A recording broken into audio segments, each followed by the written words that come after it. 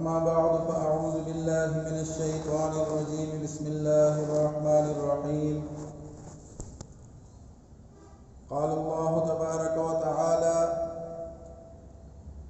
إن عدة الشهور عند الله 12 شهرا في كتاب الله يوم خلق السماوات والأرض منها 4 حرم ذلك الدين القيم فلا تظلموا فيهن أنفسكم وقاتلوا المشركين كافة كما يقاتلونكم كافة واعلموا أن الله مع المتقين.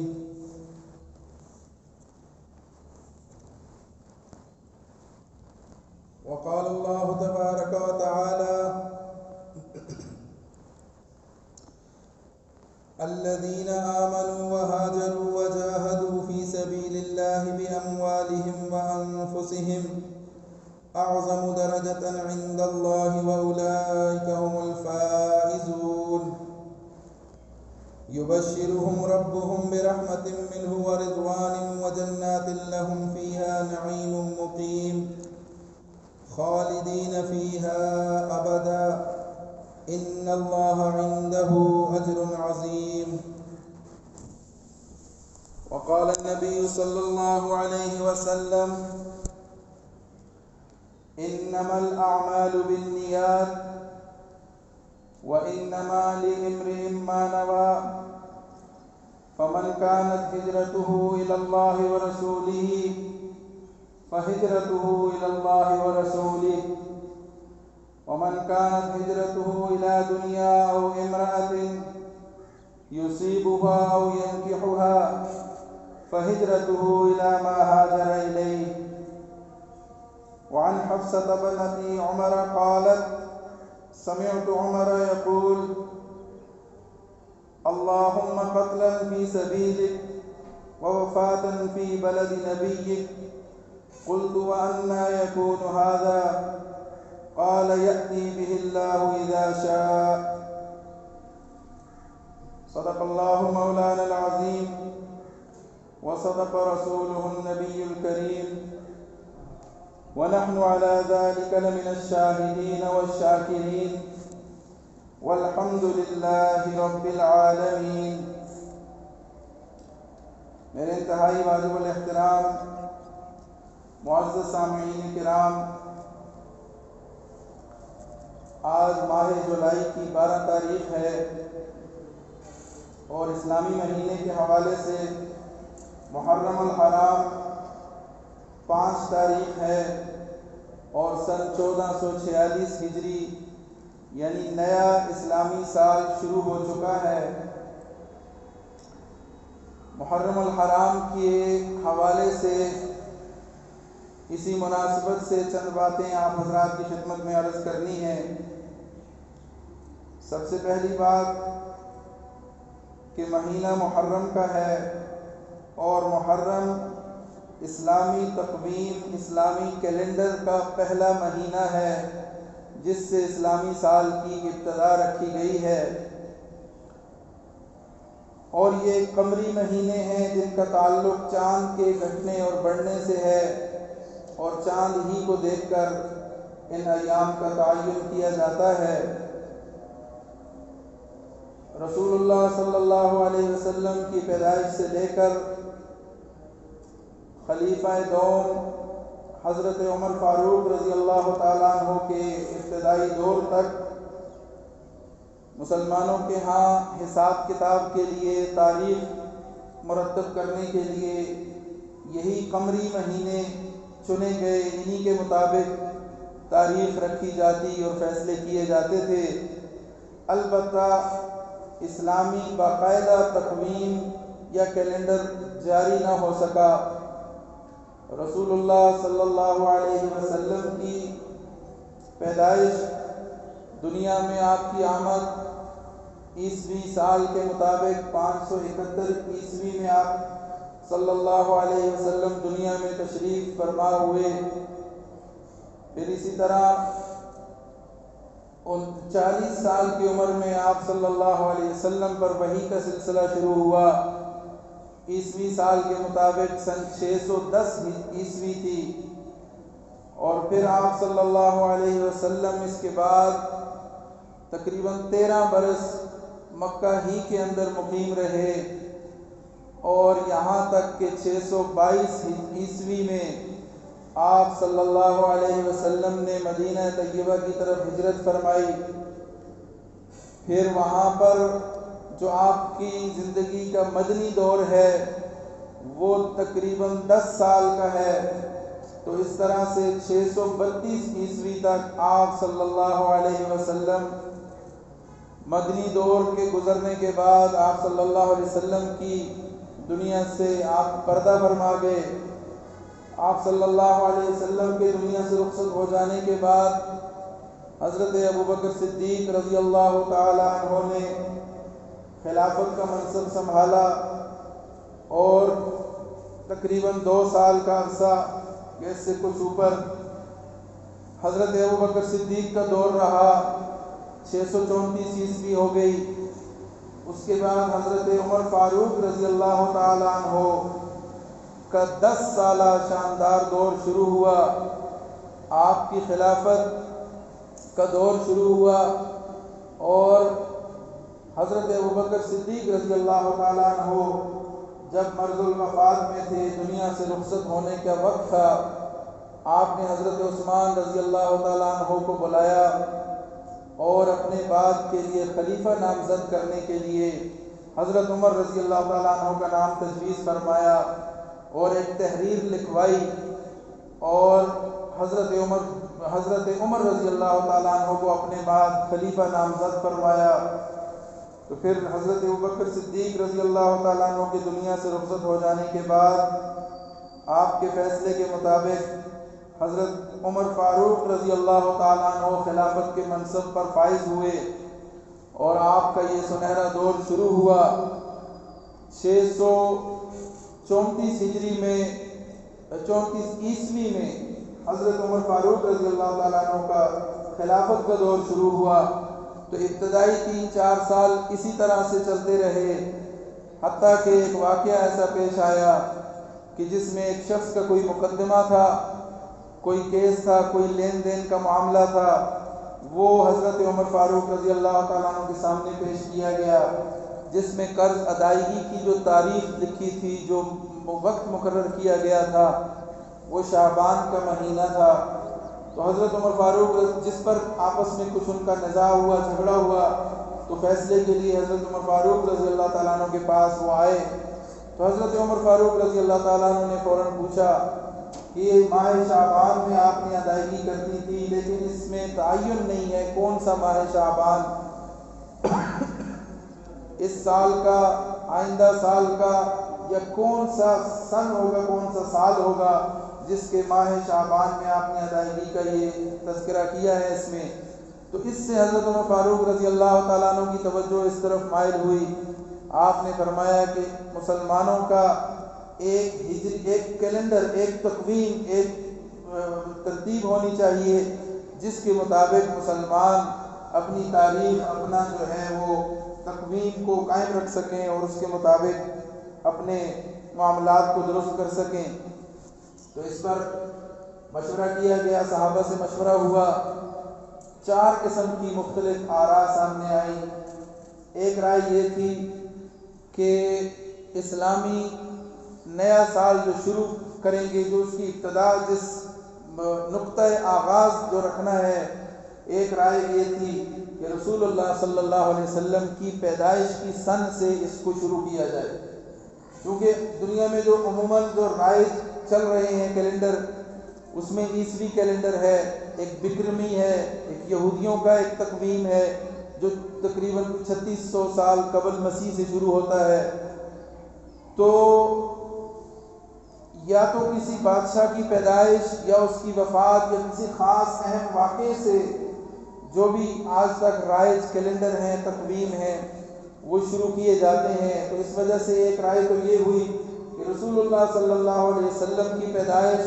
آپ کی دنیا میں آمد، اس سے بڑا اور کیا واقعہ ہوگا اس سے زیادہ برکت والی، اس سے بڑی خوشی کی بات کیا ہوگی؟ تو کیوں نہ مسلمانوں کا جو سال ہے وہ رسول اللہ صلی اللہ علیہ وسلم کی پیدائش کے سال سے شروع کیا جائے۔ دوسری رائے یہ تھی کہ رسول اللہ صلی اللہ علیہ وسلم کو جب نبوت عطا کی گئی، جب وحی آپ پر آنا شروع ہوئی، آپ کی عمر 40 برس تھی، اس سال سے اس کیلنڈر کا آغاز کیا جائے۔ اور تیسری رائے یہ تھی کہ رسول اللہ صلی اللہ علیہ وسلم نے جب ہجرت فرمائی مکہ سے مدینہ طیبہ کی طرف، تو ہجرت کا جو واقعہ ہے، ہجرت کا جو موقع ہے، وہ بھی ایک مشہور واقعہ ہے، ایک اہم واقعہ ہے۔ اس دن سے، اس واقعے سے، اس وقت سے ہجری کا اس کا کیلنڈر کا آغاز کیا جائے۔ اور چوتھی رائے یہ تھی کہ رسول اللہ صلی اللہ علیہ وسلم کا دنیا سے پردہ فرما جانا، یہ بھی ایک بہت بڑا واقعہ تھا، ایک بڑا سانحہ تھا، ایک اہم موڑ تھا۔ تو اس دور سے، اس وقت سے مسلمانوں کا سال شروع کیا جائے۔ پھر اس پر مشورہ ہوتا رہا۔ حضرت علی رضی اللہ تعالیٰ عنہ اور چند دیگر حضرات صحابہ کرام نے مشورہ یہ دیا کہ ہجرت کا سال، ہجرت کا موقع، ہجرت کا واقعہ چونکہ ایک مشہور واقعہ ہے اور سب کے سامنے کا واقعہ ہے، سب نے اسے کھلی آنکھوں سے دیکھا ہے، اور اس کے ساتھ ساتھ ہجرت کا جو موقع آیا مسلمانوں کے اس دور کے اندر، تو ہجرت کے بعد سے مسلمانوں کی عروج شروع ہوا، مسلمانوں کی فتوحات کا دروازہ کھلا، اور رسول اللہ صلی اللہ علیہ وسلم کی معیت میں، آپ کی قیادت میں مدینہ طیبہ میں اسلامی سلطنت قائم ہوئی، اور اسلام تیزی سے پھیلنے لگا، یہاں تک کہ رأیت الناس یدخلون فی دین اللہ افواجا، فوج در فوج لوگ دین میں داخل ہونے شروع ہوئے۔ تو یہ جو بنیادی مرکز تھا، بنیادی موڑ تھا، جو ٹرننگ پوائنٹ تھا، وہ اسلامی دور کے اندر وہ ہجرت کا دور تھا، وہ ہجرت کا موقع تھا۔ تو سب صحابہ نے اسی پر اتفاق کیا۔ حضرت عمر رضی اللہ تعالیٰ عنہ نے بھی اسی کو پسند فرمایا، اور ہجرت کے سال کو مسلمانوں کا جو تقویم ہے، جو کیلنڈر ہے، اس کے لیے مقرر فرمایا۔ اب پھر مہینوں کے بارے میں مشورہ ہوا کہ سال کس مہینے سے شروع ہوگا، تو اس میں بھی 4 مختلف مہینوں کے بارے میں رائے آئی۔ ایک رائے یہ تھی کہ رجب سے شروع کیا جائے، ایک رائے تھی محرم سے شروع کیا جائے، ایک رائے تھی ربیع الاول سے شروع کیا جائے، اور ایک رائے تھی رمضان المبارک سے شروع کیا جائے۔ تو پھر حضرت عمر رضی اللہ تعالیٰ عنہ نے محرم الحرام کو ابتدا مقرر فرمایا، اس وجہ سے کہ ایک تو یہ حرمت والے مہینوں میں سے ایک مہینہ ہے۔ جو حرمت والے 4 مہینے ہیں، رجب، ذی القعدہ، ذی الحجہ اور محرم الحرام، تو ان 4 حرمت والے مہینوں میں محرم بھی ہے اس مناسبت سے۔ اور دوسری بات یہ تھی کہ عرب کے اندر جو قمری سال چلتا تھا، جس کا وہ حساب کتاب رکھتے تھے، تو ان کے ہاں بھی محرم ہی کو پہلا مہینہ گردانا جاتا تھا، مانا جاتا تھا۔ تو حضرت عمر رضی اللہ تعالیٰ عنہ نے محرم الحرام کو ابتدا قرار دیا۔ اب جو رسول اللہ صلی اللہ علیہ وسلم کی ہجرت ہوئی، مدینہ طیبہ آپ تشریف لائے، عیسوی سال کے مطابق ستمبر کا مہینہ تھا، اور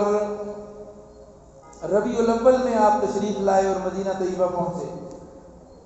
لیکن جو ہجرت کی منصوبہ بننا شروع ہوا، ہجرت کی ابتدا ہوئی، آپ صلی اللہ علیہ وسلم نے فیصلہ فرمایا اور اللہ تعالیٰ کی طرف سے آپ کو اجازت عطا فرما دی گئی، تو وہ محرم میں ہوا تھا۔ تو اس لیے حضرت عمر فاروق نے محرم ہی سے ابتدا فرمائی کہ ہجرت اور محرم اور یکم محرم سے مسلمانوں کا سال شروع ہوگا۔ اور اتفاق سے یکم محرم، جب یکم ہجری کو، 1 ہجری یکم محرم بھی جمعہ کا دن تھا، تو اس بابرکت دن سے آغاز ہوا اور پھر اس سلسلہ آگے چلتا رہا۔ تو یہ جو ہجری کیلنڈر ہے، اس کا یہ ہمارے لیے بڑا اہم ہے، اور نہ صرف ہمارے لیے بلکہ اگر باقی کیلنڈروں کے ساتھ اس کا موازنہ کیا جائے تو سب سے زیادہ مستند اور صحیح مانا جانے والا یہی کیلنڈر۔ اس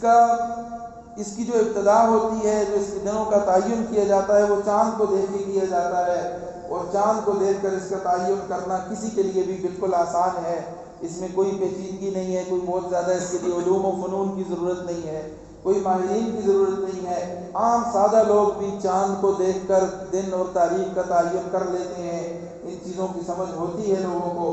پھر دوسری بات یہ ہے کہ اس ہجری کیلنڈر کا سب سے بڑا فائدہ یہ ہے کہ چاند کے چونکہ دن چلتے رہتے ہیں، یہ مہینے گرمیوں میں بھی آتے ہیں، سردیوں میں بھی آتے ہیں، خزاں میں بھی آتے ہیں، بہار میں بھی آتے ہیں، تو جو اسلامی احکامات ہیں، اسلامی اکثر عبادات ہیں، وہ قمری سال کے ساتھ ان مہینوں کے ساتھ متعین ہے۔ تو اس کا سب سے بڑا فائدہ مسلمانوں کے لیے یہ ہے کہ حج کے ایام سردیوں میں بھی آ جائیں گے، گرمیوں میں بھی آئیں گے، ہر موسم میں آئیں گے۔ اسی طرح رمضان کا مہینہ سارے سال میں چلتا رہے گا، کبھی گرمیوں میں رمضان آئے گا، کبھی خزاں میں آئے گا، کبھی بہار میں آئے گا، کبھی سردی میں آئے گا۔ اسی طرح سے دیگر جو عبادات ہیں، جو معاملات ہیں، وہ اللہ تعالیٰ نے مسلمانوں کے لیے آسان کر دیے ہیں۔ تمام سال کے تمام ایام ہم ان کو دیکھ سکتے ہیں، ان سے فائدہ اٹھا سکتے ہیں، ان سے نفع اٹھا سکتے ہیں۔ اگر یہ شمسی سالوں کی طرح ایک ہی ترتیب پر فکس ہو جاتا تو پھر ہمیشہ رمضان اگر گرمی میں آتا ہے تو وہ گرمی ہی میں آتا رہتا، اور حج کے ایام اگر گرمی میں آتے ہیں تو وہ ہمیشہ ہی گرمی میں آتے۔ تو اس طرح سے اللہ تعالیٰ نے ایک تو یہ بڑی آسانی فرمائی، اس لحاظ سے یہ تقویم، یہ کیلنڈر دوسروں سے ممتاز ہے، الگ ہے اور زیادہ نفع بخش ہے۔ اور اسی طرح سے جتنے بھی معاملات ہیں وہ مسلمانوں کے ان قمری سال مہینوں کے ساتھ جڑے ہوئے ہیں، اس لیے ان کا پتہ رکھنا، ان کو ذہن میں رکھنا اور ان معاملات کو دیکھتے رہنا، یہ مسلمانوں کے لیے بہت ضروری ہے۔ لیکن افسوس ہے کہ آج اس قمری سال کو، اس قمری مہینوں کی تاریخوں کو متنازع بنانے کی کوشش کی جاتی ہے اور بے مقصد گردانا جاتا ہے، حالانکہ مسلمانوں کی عبادات اس سے متعین ہیں۔ عدت کے ایام قمری مہینوں کے مطابق ہوں گے۔ کسی نے روزے رکھنے ہیں، کفارہ ادا کرنا ہے، قمری مہینوں کے حساب سے کرے گا۔ رمضان کا مہینہ ہے، قمری مہینہ ہے۔ اسی طرح حج کے ایام ہیں، انہی دنوں میں آئیں گے، تو وہ تبھی درست آ سکتے ہیں جب چاند کی صحیح جان پہچان ہوگی اور تاریخ کا صحیح تعین کیا جائے گا۔ تو ہجرت کی بڑی فضیلت ہے، اس وجہ سے ہجرت کے مقام کو، ہجرت کے عنوان کو سامنے رکھ کر وہاں سے ابتدا کی گئی سال کی۔ حضرت نوح علیہ السلام نے کشتی میں سوار ہو کر ہجرت کی، حضرت ابراہیم علیہ السلام نے اپنے اہل و عیال کو لے کر ملک شام کی طرف ہجرت کی، اور پھر اس کے بعد آپ اپنے بچوں کو لے کر مکہ مکرمہ میں ہجرت کر کے گئے، وہاں ان کو چھوڑ کر آئے۔ اسی طرح سے موسیٰ علیہ السلام نے ہجرت فرمائی، پھر مدینہ طیبہ کی ہجرت سے قبل حبشہ کی ہجرت ایک مرتبہ، اور پھر حبشہ کی ہجرت دوسری مرتبہ مسلمانوں نے فرمائی۔ اور ہجرت وہ ہے کہ جس میں انسان اللہ کی رضا کی خاطر اپنا سب کچھ چھوڑ دیتا ہے، اللہ کی رضا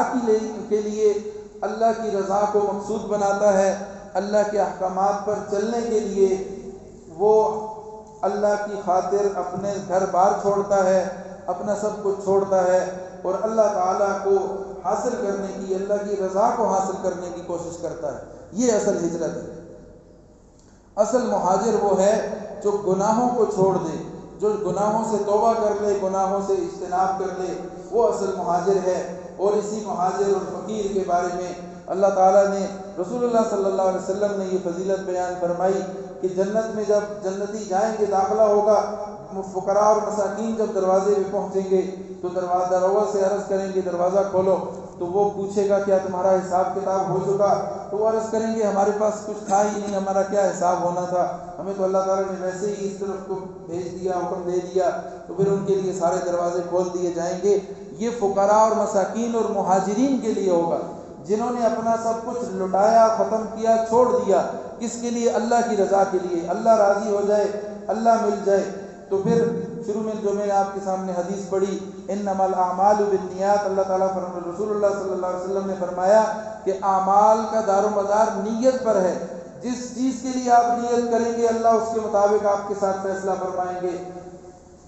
انما الاعمال بالنیات فمن كانت هجرته الى الله ورسوله فهجرته الى الله ورسوله، جس نے اللہ اور اس کے رسول کی خاطر سب کچھ چھوڑا، ہجرت کی، تو اس نے اللہ اور اس کے رسول کی خاطر ہی سب کچھ چھوڑا اور اس کو پا لیا۔ ومن كانت هجرته الى دنیا، اگر کسی نے دنیا کی خاطر ہجرت کی جس طرح سے آج ہم کمائی کے لیے، پیسہ کمانے کے لیے یا دنیا کے حصول کے لیے لوگ اپنا وطن چھوڑتے ہیں، اپنا گھر بار چھوڑتے ہیں، عزیز رشتہ داروں کو چھوڑتے ہیں، اپنا سب کچھ چھوڑ کے بیرون ملک چلے جاتے ہیں، کہیں بھی جا کے اپنی قسمت آزماتے ہیں۔ فہجرتہ الی دنیا یصیبها، جس نے دنیا کے لیے سب کچھ چھوڑا، ہجرت کی، اس کو پا لیا۔ ومن کان ہجرتہ الی امرأۃ، کسی نے کسی عورت کے لیے ہجرت کی، وہ اس سے نکاح کر لے گا۔ فرمایا فہجرتہ الی ما ہاجر الیہ، جس نے جس کے لیے ہجرت کی وہ اسی کے لیے ہجرت شمار ہوگی اور وہ اس کو وہ مل جائے گا۔ یہ والی حدیث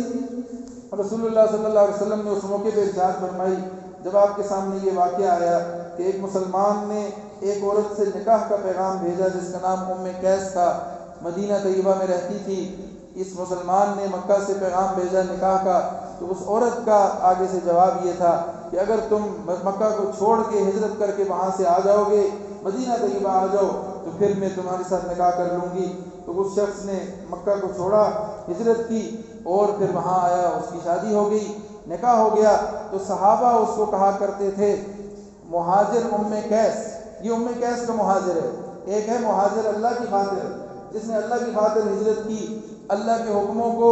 یہاں پورا نہیں کر سکتا، اس جگہ کو چھوڑا،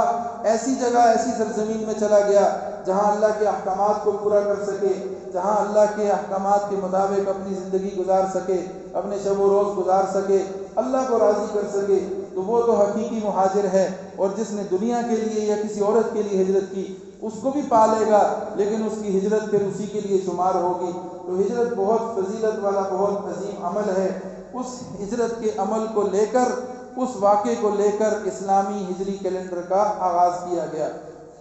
اب محرم الحرام سے اس کا آغاز ہوا، تو محرم کے حوالے سے چند باتیں ہمارے ذہنوں میں بیٹھی ہوئی ہیں،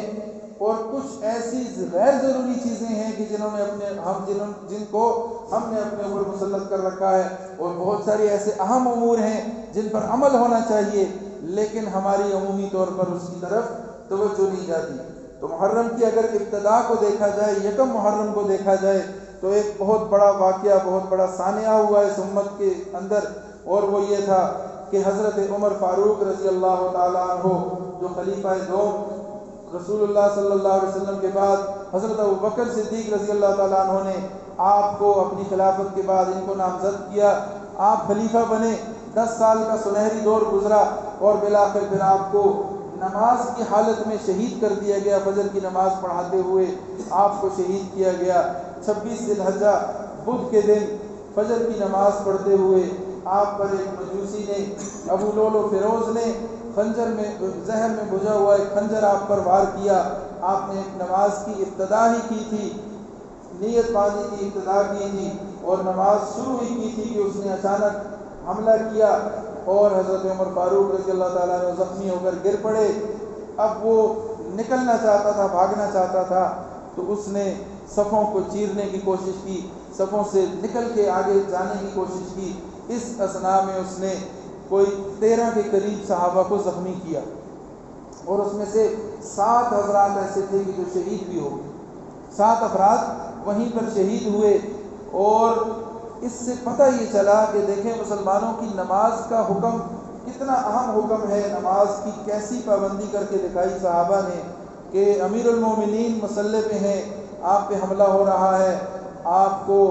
زخمی کیا، گر گئے، اور آپ نے حضرت عبد الرحمن بن عوف کو اشارہ کیا، وہ آگے آئے اور انہوں نے نماز کی امامت کروائی۔ حالانکہ کوئی نماز توڑی نہیں گئی، لوگ کھڑے ہیں، صفیں بنی ہیں، اور جب صف میں جگہ خالی ہوتی ہے تو حکم یہ ہے کہ پیچھے والا آگے آ کے صف کو مکمل کرتا ہے۔ جب حضرت عمر نے حضرت عبد الرحمن کا ہاتھ پکڑ کے آگے کیا، پیچھے سے دوسرے صحابی آئے، اس طرح سے صحابہ آتے گئے، صفیں مکمل رہیں، کوئی انتشار نہیں ہوا، کوئی گڑبڑ نہیں ہوئی۔ تو اس میں اس ابو لولو فیروز کو نکلنے کا راستہ نہیں مل رہا تھا، تو وہ زبردستی جب صفیں توڑ کے نکلنے لگا تو اس نے خنجر چلاتا گیا، اور وہ 13 صحابہ کو زخمی کیا، جس میں سے 7 صحابہ شہید بھی ہوئے۔ پھر آخر ایک مقام پہ پہنچا تو ایک شخص نے، ایک نمازی نے اپنے جبے کے اندر اس کو پکڑنے کی کوشش کی، اور وہ قابو آ گیا۔ جب اس نے دیکھا کہ اب میں پکڑا گیا ہوں، تو اس نے وہ خنجر اپنے آپ کو مار کے اپنی زندگی کا بھی خاتمہ کر دیا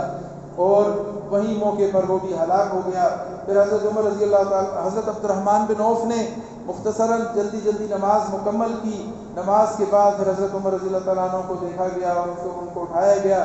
آپ کا زخم گہرا تھا اور پھر آپ کے اسی زخم کی وجہ سے چند دن کے بعد بدھ کے روز یہ حملہ ہوا اور اتوار کو یکم محرم الحرام کو حضرت عمر فاروق رضی اللہ تعالیٰ عنہ شہادت کے منصب پر فائز ہوئے۔ اب جب زخمی ہوئے تو صحابہ کرام آئے آ کے آپ سے بیمار پرسی کرنے کے لیے، آپ کی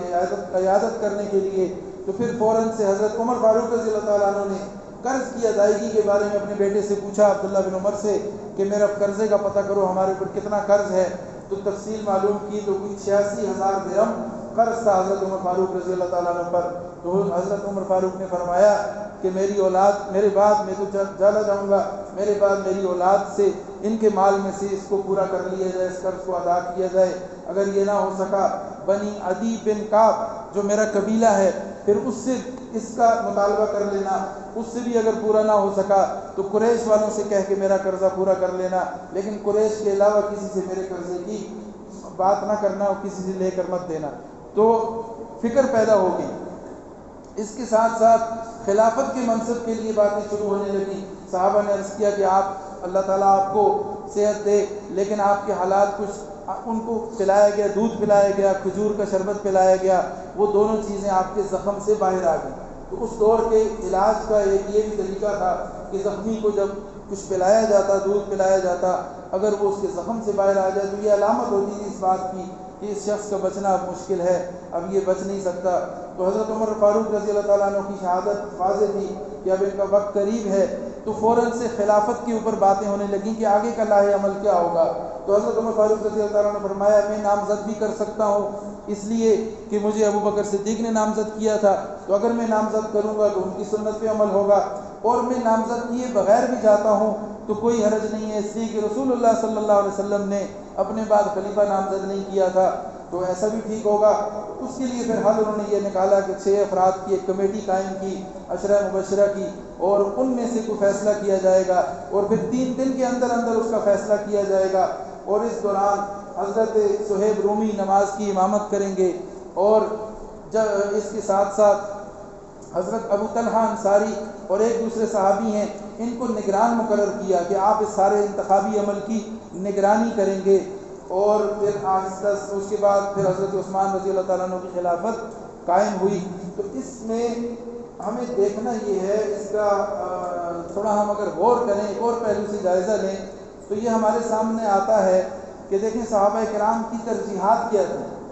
ان کی پہلی جو ترجیح تھی وہ کیا تھی؟ وہ دین تھا، دین پر عمل تھا، دین کے ضروری احکامات تھے، ان پر عمل کی ان کو زیادہ فکر تھی۔ آج ذرا ہم اپنی طرف بھی غور کریں کہ کیا ہمارے ہاں بھی کبھی اس قسم کے معاملات ہوئے کہ کوئی شخص بیمار ہو، مرنے کے قریب ہو، یا دنیا سے رخصت ہو جائے، اس کے بعد بیٹھ کے اس کے گھر والے، فیملی والے اس پر مشورہ کر رہے ہوں کہ قرض کی ادائیگی کی کیا صورت ہوگی، وراثت کیسے تقسیم ہوگی، آگے کے کیا معاملات ہوں گے، اس کا کوئی نمازیں تو باقی نہیں رہتی، ان کا فدیہ دینا ہے، کیا کرنا ہے، اور اس قسم کے معاملات یہ اللہ تعالیٰ الا ماشاء اللہ کچھ لوگوں کے ہاں ہوگا بھی، لیکن عمومی طور پر فضا یہی ہے کہ سب سے پہلے مشورہ ہونے لگتا ہے کہ دیکھیں کتنی پکائی جائیں گی، روٹی کا کیا کرنا ہے، مہمان کدھر بیٹھیں گے، ٹینٹ سروس والے کو بلاؤ، کرسیاں اکٹھی کرو، یہ ہمارے معاملات ہیں۔ اور دوسرے صحابہ کے معاملات ہم دیکھتے ہیں، حضرت عمر فاروق جیسا جلیل القدر صحابی، عشرہ مبشرہ زخمی حالت میں ہے، صحابہ آتے ہیں، اس بارے میں مشورہ نہیں ہو رہا کہ آپ کی دعا کہاں لگے گی، کہاں بیٹھ کے مجلس ہوگی، کہاں آپ کی محفلیں سجائی جائیں گی، بلکہ بات اس پر ہو رہی ہے کہ آپ خلیفہ ہیں، آپ جا رہے ہیں، اب کیا بنے گا مسلمانوں کے لیے، خلافت کا کیا ہوگا۔ اسی طریقے سے وہ خود فکر مند ہے، میرے قرضے کا کیا ہوگا، اس کا پتہ کیا، اس کی ترتیب سمجھا دی کہ فلاں فلاں سے لے لینا اپنی زندگی میں، اور اسی طرح سے وصیت کرنا، اس حوالے سے ہمارے ہاں بہت سستی ہے۔ ہمیں ان امور پر نظر ثانی کی بہت زیادہ اشد ضرورت ہے، ہمیں اپنے معاملات کو درست کرنے کی بہت زیادہ ضرورت ہے۔ ہماری ترجیحات بالکل ہی بدل گئی ہیں، مختلف ہو گئی ہیں، ہمارا جو طرز فکر ہے، سوچ اور فکر ہے، وہ بھی بدل چکی ہے، ہماری نظر کچھ اور چیزوں پہ ہوتی ہے، حالانکہ جن کی ضرورت بھی نہیں ہے۔ بہرحال مختصراً عرض کرتا ہوں کہ محرم الحرام کے مہینے میں ایک تو حضرت عمر فاروق رضی اللہ تعالیٰ عنہ کی شہادت کا ثانیہ ہوا یکم کو، اس کے بعد پھر 10 محرم الحرام کے حوالے سے ہمارے ذہنوں میں سیدنا حسین رضی اللہ تعالیٰ عنہ کی شہادت ہی کا ایک واقعہ ہے، لیکن ایسا نہیں ہے۔ حضرت حسین رضی اللہ تعالیٰ عنہ کی مظلومانہ شہادت بھی ہوئی 61 ہجری میں ہوئی، لیکن یہ 10 محرم الحرام ابتدائے کائنات سے، ابتدائے دنیا سے یہ محرم بابرکت دن ہے، یہ بڑا اعلیٰ دن ہے، بڑا عظیم دن ہے۔ اسی دن کو اللہ تعالیٰ نے اپنے عرش اور کرسی کو بنایا، زمین و آسمان کو بنایا، اور یہی وہ دن ہے کہ جس دن باران رحمت سب سے پہلے اللہ تعالیٰ نے زمین پر نازل فرمائی۔ اسی دن کو حضرت آدم علیہ السلام کی توبہ قبول ہوتی ہے، اسی دن کو حضرت ابراہیم خلیل اللہ پیدا ہوئے، اسی دن کو حضرت ذبیح اللہ آپ کے بیٹے پیدا ہوئے، اسی دن کو حضرت ابراہیم علیہ السلام کو اللہ تعالیٰ نے آگ سے نجات عطا فرمائی۔ اسی 10 محرم الحرام کو حضرت یعقوب علیہ السلام، حضرت یوسف علیہ السلام سے آپ اپنے والد ملے، ان کی بینائی ختم ہوئی، ان کی بینائی ان کو عطا کی گئی دوبارہ، اور ان کو شفا عطا کی گئی۔ تو اس دن کے بڑے بڑے واقعات ہیں، اور ابتدا سے یہ دن بڑا فضیلت والا، بڑی اہمیت کا حامل ہے۔ رسول اللہ صلی اللہ علیہ وسلم جب مدینہ تشریف لائے تو یہاں پر یہودی 10 محرم کا روزہ رکھا کرتے تھے، تو رسول اللہ صلی اللہ علیہ وسلم کے پوچھنے پر بتایا گیا کہ یہ روزہ رکھتے ہیں، تو آپ صلی اللہ علیہ وسلم نے فرمایا کہ ہم اس چیز کے زیادہ حقدار ہیں کہ ہم اس دن کو زیادہ اہمیت دیں، اس دن کا روزہ رکھیں، لیکن چونکہ یہ 10 کا روزہ رکھتے ہیں، ہم ایسا کریں گے کہ ان کے ساتھ ایک 9 کا یا 11 کا ایک اضافی پہلے یا بعد میں ایک روزہ ملا کے، تاکہ ان کی موافقت نہ ہو۔ عبادت میں بھی غیر کی، کفار کی موافقت درست نہیں ہے۔ تو آج اللہ معاف کرے کہ ہم نے عبادت تو دور کی بات، عام معاملات میں، رسم و رواج میں بھی ان کی پیروی کرنے کو اپنے لیے فخر سمجھتے ہیں ہم، اس کی بھی اصلاح کی ضرورت ہے۔ تو اللہ تعالیٰ ہمیں سمجھ نصیب فرمائے، اللہ تعالیٰ ہمیں ان دنوں کی قدر کرنے کی توفیق عطا فرمائے۔ محرم الحرام کے اندر بھی روزے رکھنے کی بڑی فضیلت آئی ہے، رمضان کے بعد اور ذی الحجہ کے دنوں کے علاوہ محرم کے روزوں کی بھی بڑی فضیلت آئی ہے، خصوصاً 10 محرم کا روزہ، لیکن اس کے لیے ضروری ہے کہ 9 اور 10 کا رکھا جائے یا 10 اور 11 کا رکھا جائے۔ آج 5 محرم الحرام ہے، حساب کر کے اس کے مطابق 9 یا 10 اور 11 2 دن روزہ رکھا جائے۔ تو اللہ تعالیٰ ہمیں اس فضیلت کو حاصل کرنے کی توفیق عطا فرمائے۔ دوسری اہم بات یہ ہے کہ اس دن اہل و عیال پر فراخی کرنا، خرچ کرنا، یہ پورے سال کی روزی میں باعث برکت ہوتا ہے، اس کا بھی اہتمام کرنا چاہیے۔ اس میں پکا کے محلے میں بانٹنا ضروری نہیں ہے، اپنے اہل و عیال پر فرمایا کہ جو سب سے عظیم صدقہ ہے، سب سے اہم صدقہ ہے، سب سے بڑا صدقہ ہے، وہ یہ ہے کہ آپ اپنے بیوی بچوں پر، اہل و عیال پر خرچ کریں۔ تو 10 محرم کو خصوصی طور پر اپنی حیثیت کے مطابق، بلکہ اس سے بڑھ کے بھی کیا جائے تو کوئی حرج نہیں ہے، انشاءاللہ پورا سال روزی میں برکت رہے گی۔ تو کتنا سستا سودا ہے، ایک دن آپ اپنے اہل و عیال پر کھلے دل سے خرچ کریں، فراخی کریں، ان کے ساتھ اچھا معاملہ کریں، پورے سال انشاءاللہ اللہ تعالیٰ آپ کی روزی میں برکت عطا فرمائیں گے۔ تو اللہ تعالیٰ ہمیں ان دنوں کی قدر کرنے کی توفیق عطا فرمائے۔ وقت چونکہ ختم ہو چکا ہے تو اس پر ہی اکتفا کرتے ہیں۔ وآخر دعوانا الحمدللہ رب العالمین۔